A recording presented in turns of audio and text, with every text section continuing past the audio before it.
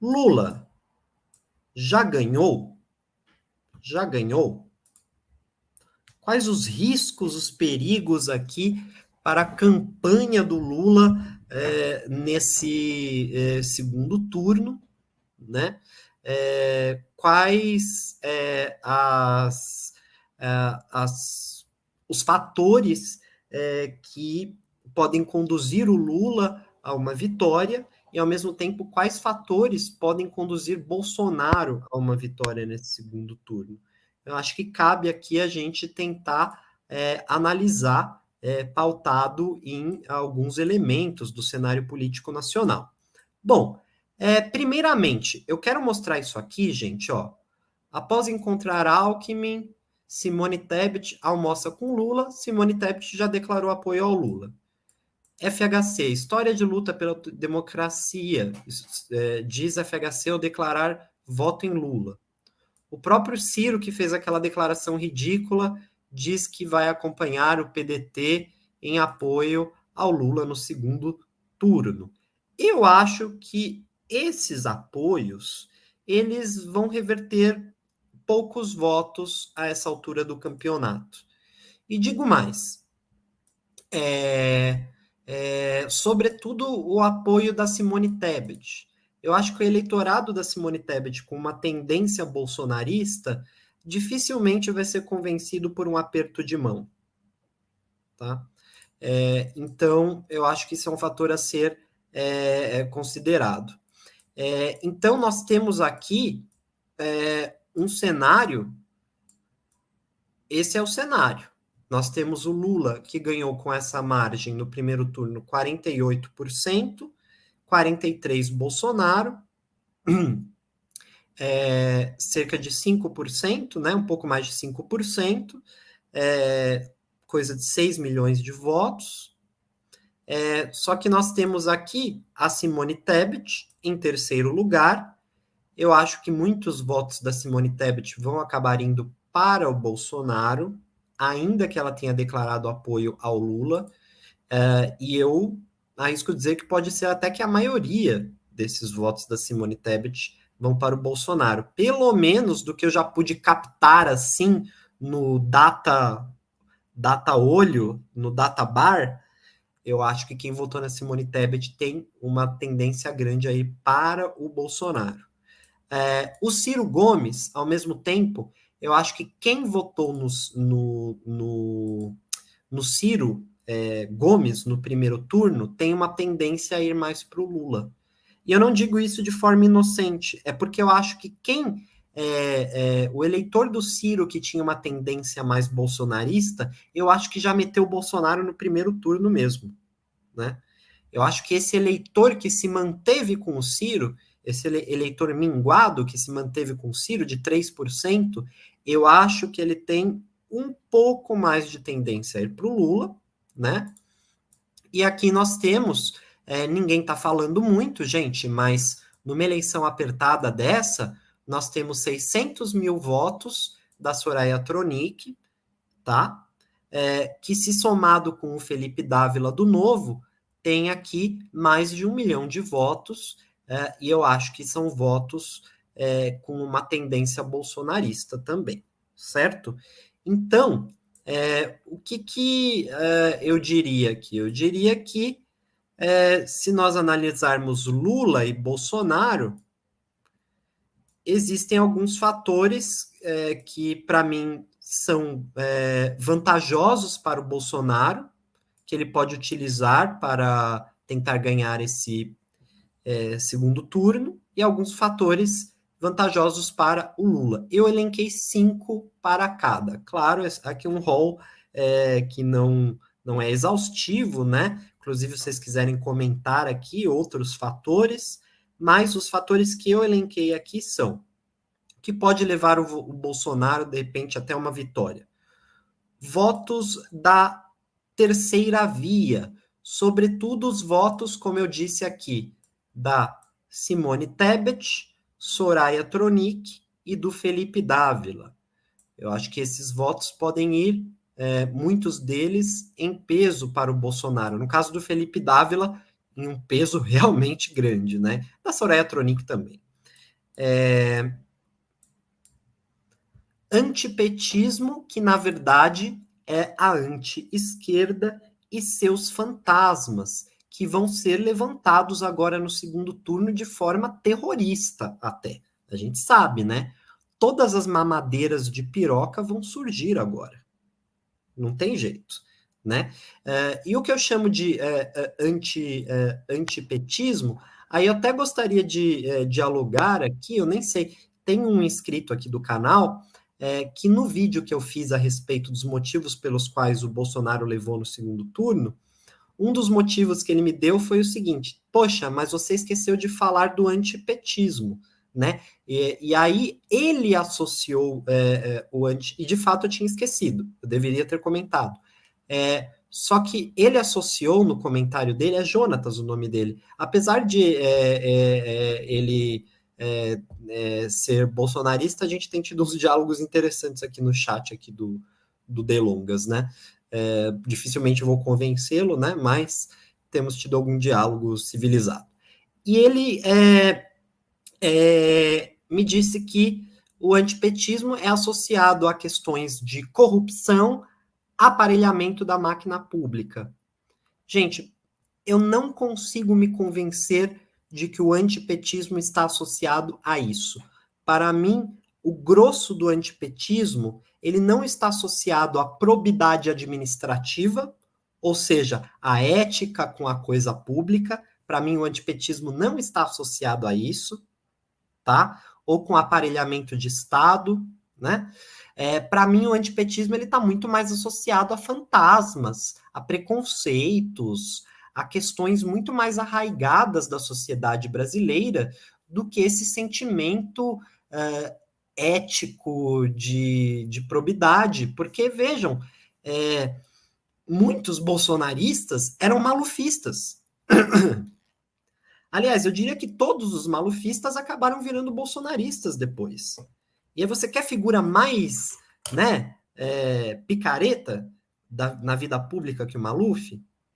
E aí você vê esses escândalos que ocorrem, você vê a questão do orçamento secreto, você quer aparelhamento do Estado maior do que o orçamento secreto?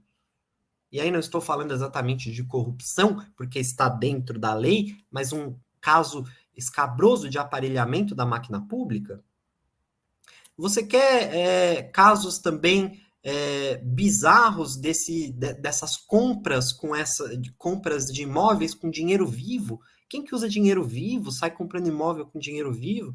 Então, para mim, o antipetismo ele vai ser forte agora nesse segundo turno, mas associado a esses fantasmas, né? O antipetismo ele é um fantasma arraigado em medos também da sociedade brasileira, em emoções, né?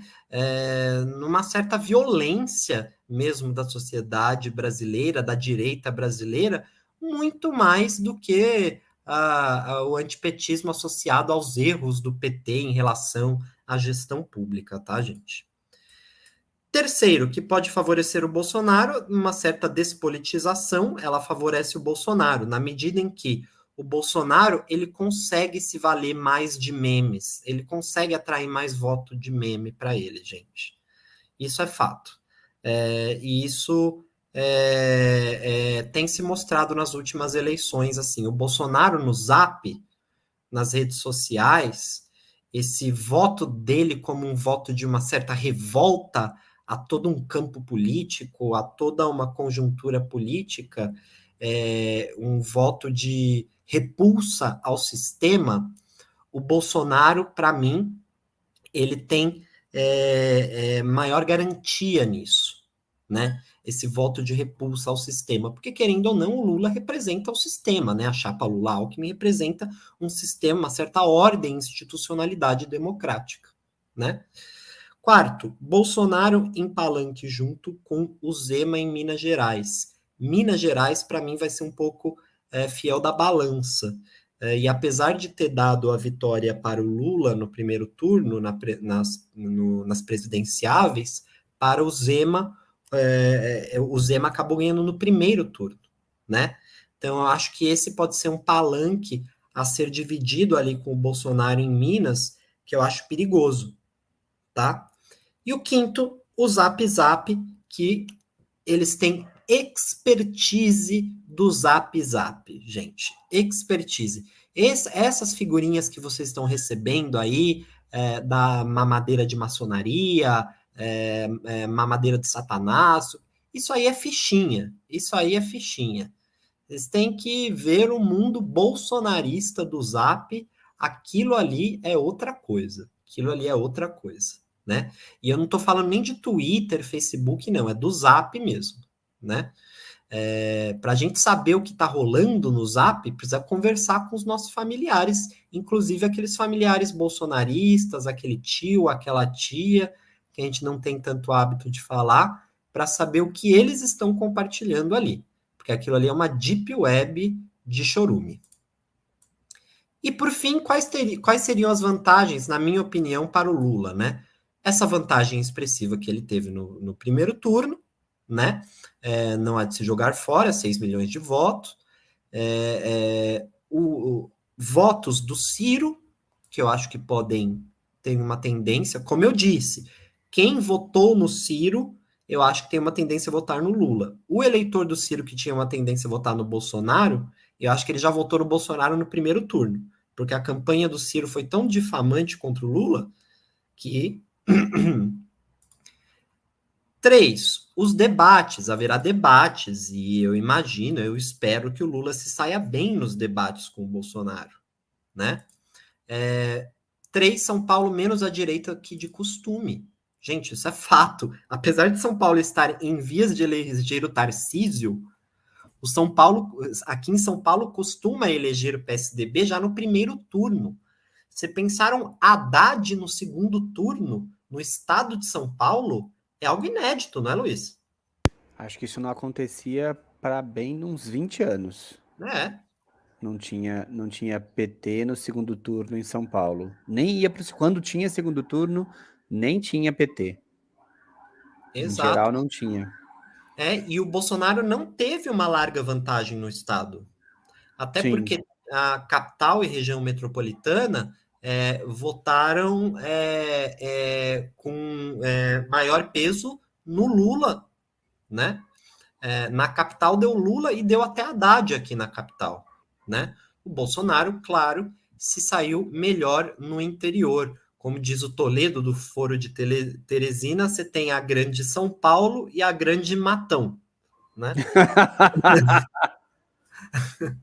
E a Grande Matão tem essa tendência bolsonarista que é clara, mas a Grande São Paulo está com uma tendência mais à esquerda e não vai permitir que o Bolsonaro tenha talvez uma grande vantagem aqui em São Paulo, que é um colégio eleitoral que tem vários colégios eleitorais dentro, né?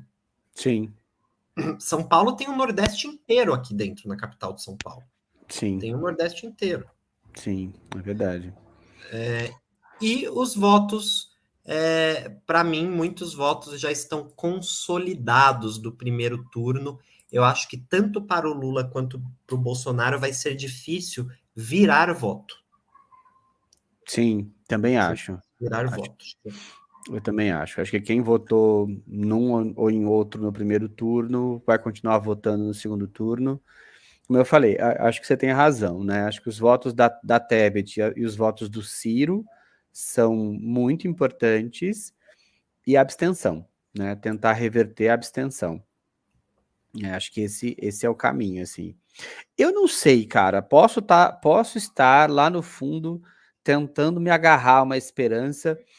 Eu sei que o voto, né, de quem votou na Tebet, né, afinal está votando no MDB, a gente não pode confiar, né, não pode esperar grande massa de votos migrando para o Lula. Mas não sei, eu ainda fico me perguntando onde é que estão os votos que iriam para o PSDB, para onde eles foram? Foram todos para o Bolsonaro? Foram para Tebet, né? Tem gente que votaria né, votou na Tebet porque é PSDBista e estava votando na Mara Gabrilli, que era a sua vice, e eventualmente no segundo turno ou vai, né, vai anular, vai votar em branco, ou vai votar no Lula? Não sei, eu ainda acho que possa haver. A Tebet fez uma campanha um pouco diferente tirando o Lula e o Bolsonaro, eu acho que a Tebet fez uma campanha um pouco distinta dos demais, né? A Tebet, eu até vi uma análise de uma propaganda da Tebet que de fato era isso. Ela começava a propaganda mostrando as propagandas do Lula e do Bolsonaro e ela colocava uma música pesada, um fundo escuro, e aí ela aparecia, né, como uma coisa iluminada, né? Então não era um ataque direto, era uma espécie de, né, vamos parar com essa discussão, vamos parar com essa, né, essas agressões mútuas e vamos, né, trilhar um outro caminho. Diferente do que fez, por exemplo, a Sônia, né?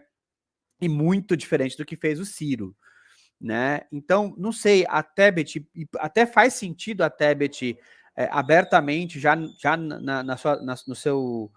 na sua declaração pós-apuração, dizer, olha, eu já tenho lado, eu já sei para onde eu vou. Não sei, pode ser que eu esteja me agarrando a uma esperança aí, mas eu acho que a gente tem uma chance de uns votos da Tebet migrarem para o Lula, sim. Não a maioria, claro, mas eu acho que a gente tem um pessoal ali capaz de migrar. Eu sou mais desconfiado com o eleitor do Ciro, sinceramente. Eu sou mais desconfiado com o eleitor do Ciro. Eu não acho que essa galera vá para o Lula tão facilmente. Nem esses 3% que ficaram no Ciro, é porque eu acho que tanto voto que ia para o Ciro já acabou indo para o Bolsonaro no primeiro turno, porque se a gente olhar o resultado das eleições e comparar com as pesquisas, o que a gente vê é que o Ciro ficou com muito menos voto do que achamos que iria ficar, ou seja, ele ficou com menos da metade do que as pesquisas apontavam, 7%. Ao mesmo tempo, o Bolsonaro ficou 6, 7% à frente do que as pesquisas indicavam. Ou seja, teve muito voto do Ciro no primeiro turno que foi para o Bolsonaro, né? Sim, não, isso eu não tenho dúvida. Muito voto do Ciro migrou para o Bolsonaro já no primeiro turno. Mas é que eu acho que esse cirista raiz, né, eu não sei, a despeito de eu não achar que esse cirista raiz seja um eleitor do campo da esquerda, não é, né?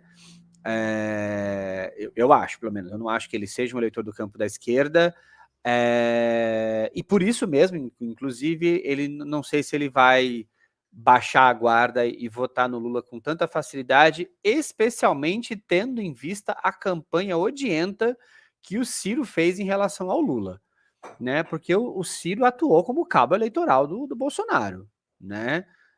Ele conseguiu virar voto dele para o Bolsonaro, é o que você acabou de dizer. Exato, Ele fez exato. essa façanha, saca? É. Né? Então é isso. Eu não sei se esse. Eu quero crer, eu espero que sim. Né? Eu quero crer que esses 3 milhões de eleitores do Ciro aí acordem no dia 30, botem uma camiseta branca ou preta, né? E votem no Lula, porque eu acho que eles vão votar nesse espírito, né? Meio de luto. Mas espero, né? Você veja, como você falou aí mais cedo, o Ciro fez a declaração dele a respeito do apoio, dizendo: vou seguir o meu partido. Infelizmente, essa é a única coisa que resta, né? Não, então, assim, não é exatamente, não é a Tebet dizendo: eu já tenho lado, sabe? É claro, eu sei que tanto vale para um como para outro. A gente pode estar falando tudo isso aqui na cabeça desses eleitores, dane-se o que os seus candidatos no primeiro turno disseram. Mas eu acho mais tendencioso alguém que ouviu o candidato em quem estava votando, né, dizer já tenho lado e acompanhar esse candidato, do que alguém que disse, olha, eu tô indo porque meu partido disse que é para eu ir, eu tô lá, entendeu? Porque foi isso, a declaração do Ciro foi essa, né? Eu tô indo lá porque o PDT disse que é para ir, né? Não foi outra coisa. Então, não sei, é muito difícil, né? É muito difícil fazer conjecturas a respeito disso, porque, de fato, é difícil traçar um perfil de quem está votando em quê, né? No porquê. Então, esses eleitores, né?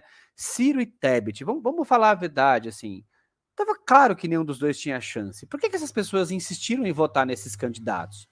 Em grande medida por causa dos altos índices de rejeição, que tanto o Lula como o Bolsonaro têm, né? Encarnam. Né? Então, vou votar. Não vou votar nesses caras, vou votar em outro. o cirista raiz, né, ele vota no livro do Ciro, né, no projeto de desenvolvimento do Brasil. Ele está votando naquele, né, de fato, num projeto. A turma Né? boa. Exatamente, a turma boa vota ali no projeto, está encantada com aquela coisa. Perfeito. E agora, diante desse cenário, vai para onde? Né? Vai para onde? Não sei, de fato não sei. Né? Eu acho que o PDT ter acenado, né, apoio, ter indicado apoio, talvez faça mais diferença do que o Ciro ter indicado apoio, saca? Nesse sentido. E eu não sei, queria acreditar que a Tebet poderia arrancar uns votinhos para o Lula, sim. Eu sei que, por exemplo, no estado natal dela, não, muito dificilmente, né? Lá é agro, lá é Bolsonaro, né? O Centro-Oeste votou super em peso ao Bolsonaro. A Exato. sorte é que, se você reunir o Centro-Oeste inteiro, não dá a grande matão aqui em São Paulo, né? Exato, exatamente. Então é isso, acho a gente tem 8 milhões de votos. Eu acho que não existe não existem apenas duas possibilidades de para onde eles vão, para Bolsonaro e para Lula. Eu acho que existe uma grande possibilidade desses votos irem para o ralo numa abstenção gigantesca. Eu realmente acho. Os votos de Ciro e da Tebet. Se forem, até fico aliviado, porque isso significa que, consolidados os votos do Lula, estamos lá no segundo turno. Né? Espero que sim, cara. Sempre que alguém fala, e eu tenho ouvido algumas pessoas que votaram, sobretudo na Tebet, falando que vão anular, sempre que eu olho alguém assim, que fala, vou anular, eu imagino ela pensando na cabeça dela assim, vou votar no Bolsonaro, que se foda. Porque, né, porque o contexto, cara, não é possível que você não tenha tomado consciência da urgência do negócio, assim, sabe, de você jogar voto fora, né? Anular voto, assim. Então eu acho que essa galera, olha, quem olhar para você e falar vou anular, olha, tem um cheirinho de bolsonarismo por trás, viu? Tem, não, certeza que tem. Mas também pesquisas diziam, né, que o voto do Lula era um voto muito envergonhado, né? Havia muita gente que tinha lá uma certa, né, um certo constrangimento em declarar voto no Lula. E aí, talvez um pouquinho da minha discordância com relação à sua fala em relação ao antipetismo. Eu acho que o antipetismo, ele, na verdade, ele é uma roupagem nova do anticomunismo, né? Ponto. Né? O medo dos vermelhos, dessa coisa toda. Mas eu acho que a campanha midiática em torno do Mensalão e depois da Lava Jato tiveram um papel forte em relação ao PT especificamente, né, ao PT e ao Lula especificamente, em torno dessa questão da corrupção. E tem um fator também, numa associação bem porca, bem de quem, né, de análise pouco politizada, de pensar nos governos do PT como governos que deram errado, cujo resultado deu ruim. Né? Então, a crise a partir de 2015 ali é culpa do PT, ponto. E o PT foi o partido que destruiu o Brasil durante o tempo que teve governando. Né? Então, todo o histórico do PT, né, de crescimento, né, de PIB ano após ano, de chegar praticamente ao pleno emprego, de aumento do salário mínimo, né? Tudo aquilo que se construiu ao longo, né, das primeiras gestões petistas, a crise ali a partir de 2014, 2015, parece que passou uma borracha na memória, mas não é uma borracha, na verdade, para mim é isso, é uma associação dessa crise com a corrupção que deu nisso que deu. Né? Então enganaram a gente durante um tempo, isso se sustentou, de repente essa coisa toda degringolou e veio junto com a crise. Né? Então é como uma espécie de confluência de fatores negativos. Porra, tá tudo dando errado, eu fui demitido, o ônibus quebrou, eu cheguei em casa, eu peguei minha mulher me traindo. A culpa é dela, sabe? A culpa de tudo do meu dia hoje é dela. Né? Para mim parece uma coisa um pouco vai um pouco nessa direção. Então eu acho que não é tradicionalmente um problema a corrupção. Porra, né? Você citou o Maluf, eleitores do Maluf, né, repetiam o bordão rouba mais faz, né, com um sorrisinho no canto da boca, né? Então, não, brasileiro não é tão moralista, tão, né, com relação aos políticos em quem vota. Aliás, conversando com muitos eleitores, né, caixa de supermercado, motorista de Uber, né, etc e tal, o que eu ouço bastante a galera dizer é que meio que tanto faz, sabe? Né? No fim, são todos iguais e vai dar tudo na mesma, eles vão pensar neles e a gente que se vire por conta própria. Mas eu acho que nesse caso específico, nesse momento, né, não à toa eu percebi o movimento do Bolsonaro no debate da Band, que foi o debate que eu assisti, né? Quando se dirigiu ao Lula, né? Mas ele foi com sede, né? Falar de corrupção, né? Foi o primeiro tema que ele evocou, foi, né? Era para onde ele corria, era o lugar seguro dele ao debater com o Lula, era falar de corrupção, porque ele sabe que isso tem eco na base de eleitores dele. Ele se vende como um político muito honesto. Para nós, na minha opinião, isso parece um absurdo, porque é um absurdo ele se vender como um político honesto, mas o ponto é, quantos políticos, quantos ministros, quantos assessores do Bolsonaro foram presos até esse momento? Né? E quando a gente fala do próprio Lula, o Lula foi preso. Claro, você vai explicar que o Lula, mas sabe, o Lula foi preso. Pronto, essa frase dispara. O Genuíno foi preso, o fulano foi preso, o presidente da Petrobras foi preso, né? Enfim, você tem, né, tudo isso. Isso alimenta o discurso, né? Porque esse discurso, esse debate, ele não permite aprofundamento do raciocínio, não permite aprofundamento do argumento.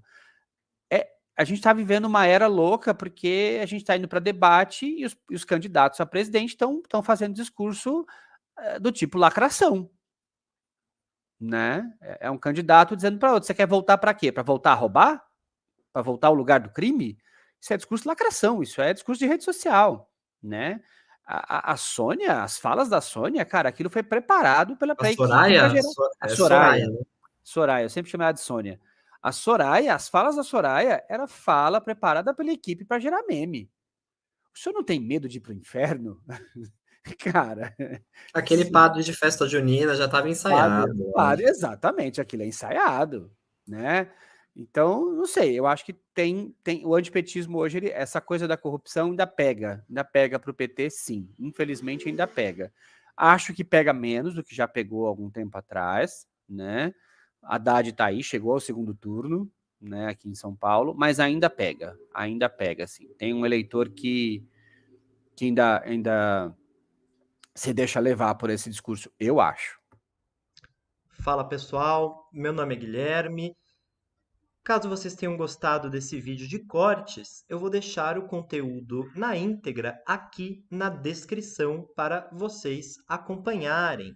E também, caso vocês tenham gostado, peço a gentileza de deixarem um like, um comentário, para vocês se inscreverem aqui no canal e, se possível e se quiserem, compartilharem esse conteúdo. Isso ajuda bastante o canal a crescer e atingir um público um pouco maior que gosta de ciências humanas.